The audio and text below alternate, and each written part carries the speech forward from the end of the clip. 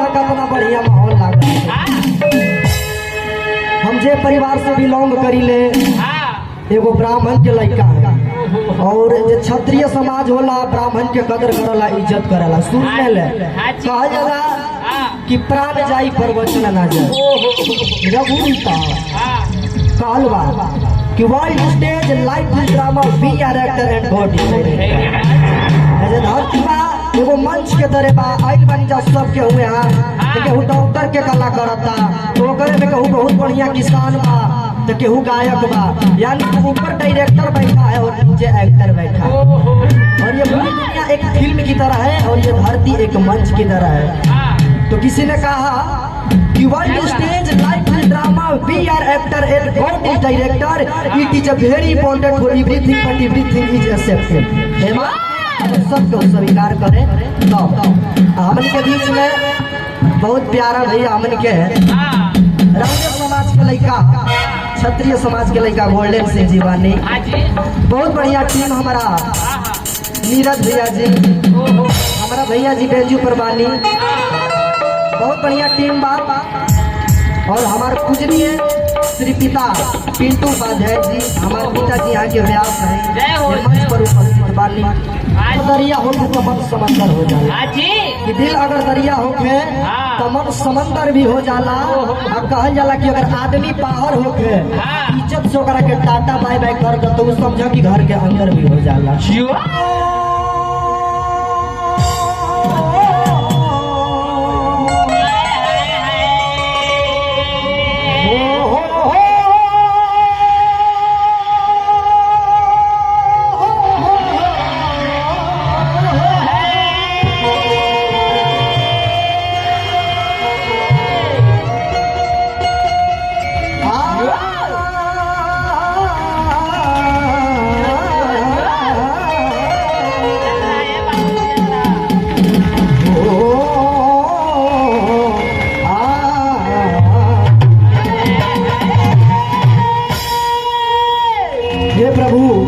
हे महादेव जी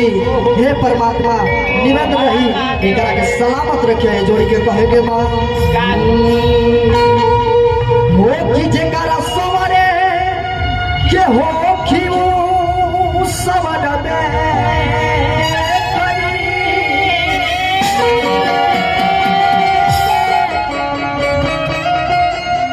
कि जेकरा लिखरे के हो कि वो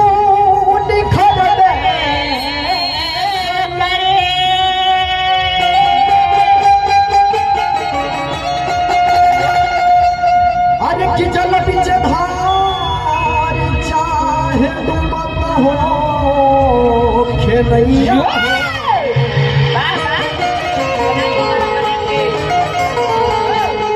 जितना दे घुमाई उस सबर भाई कतना कही होता हर बड़ाई कतना करी हमन के भोजपुरी के चाचा जी रूप ठीक लो मन गुजारन हो खबे करे ए माई तहर बाहर कतना कही माई तहरा दया से आज लइकन एलएन में कोटा में विदेश में पढ़त सा आईआईटी आईटीआई हर तरह के पढ़ाई पढ़त सा माई हे सरस्वती माई आ कहे के बा के तरह से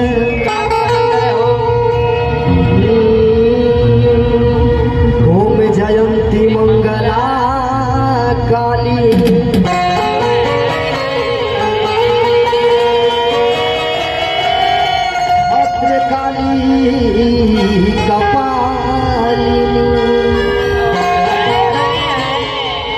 कपालिनी ओम जयंती मंगला काली भद्र काली कपालिनी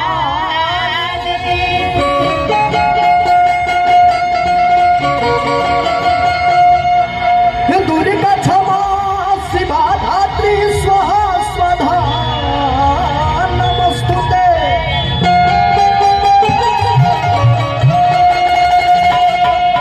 माई के वंदना हो गई सुमिरन हो गई। अब गणेश जी के सुमिरन करे के बाद आ कहे के बाद बहुत पुराना लय लागो ये राजा जाड़ा में वही तरह से हे भैया देखो ये राजा जाड़ा में ये राजा जाड़ा में अरे की गावना करई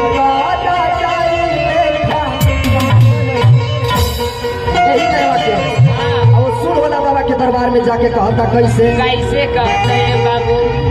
किए बाबा साहब में, किए बाबा साहब में, अरे कि सबसे पहले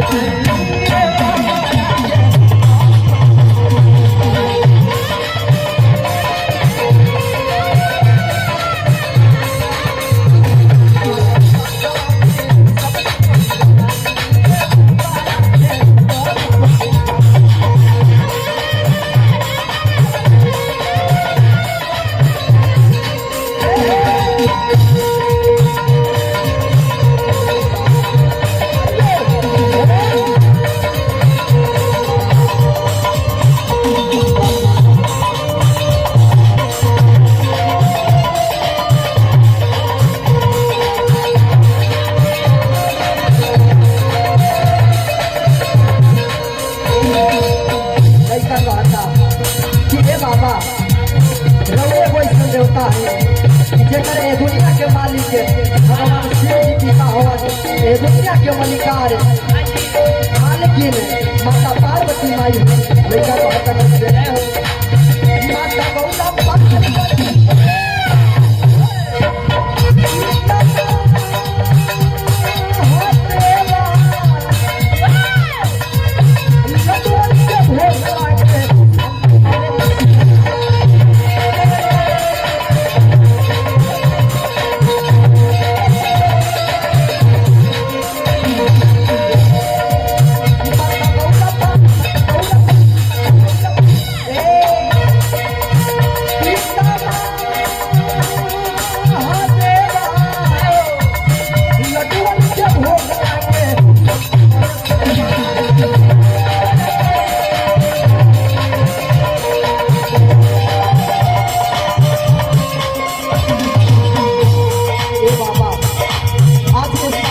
ज्योति के अपना सलामत रखी है कि लागे की जैसे अयोध्या से बारात आइल बा और जनकपुर में है बारात गइल बा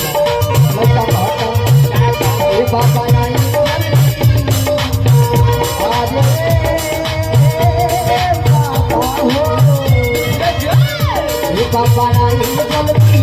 ए बाबा आई जल्दी लड़का बच्चा ए बाबा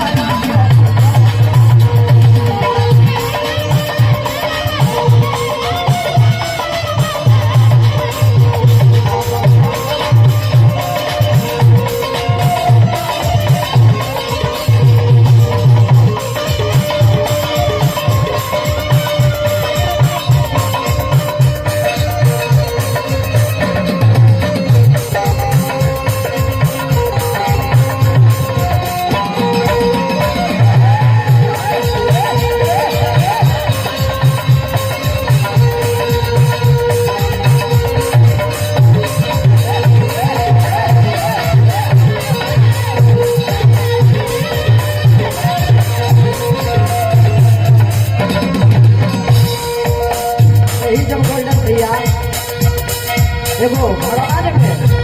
गणपति बाबा ऐसा है जेकर मानुष के शरीर होते हुए हाथी के जुड़ बा लड़का कहता कहना स्टाइल में ए हारे के बा एक तरफ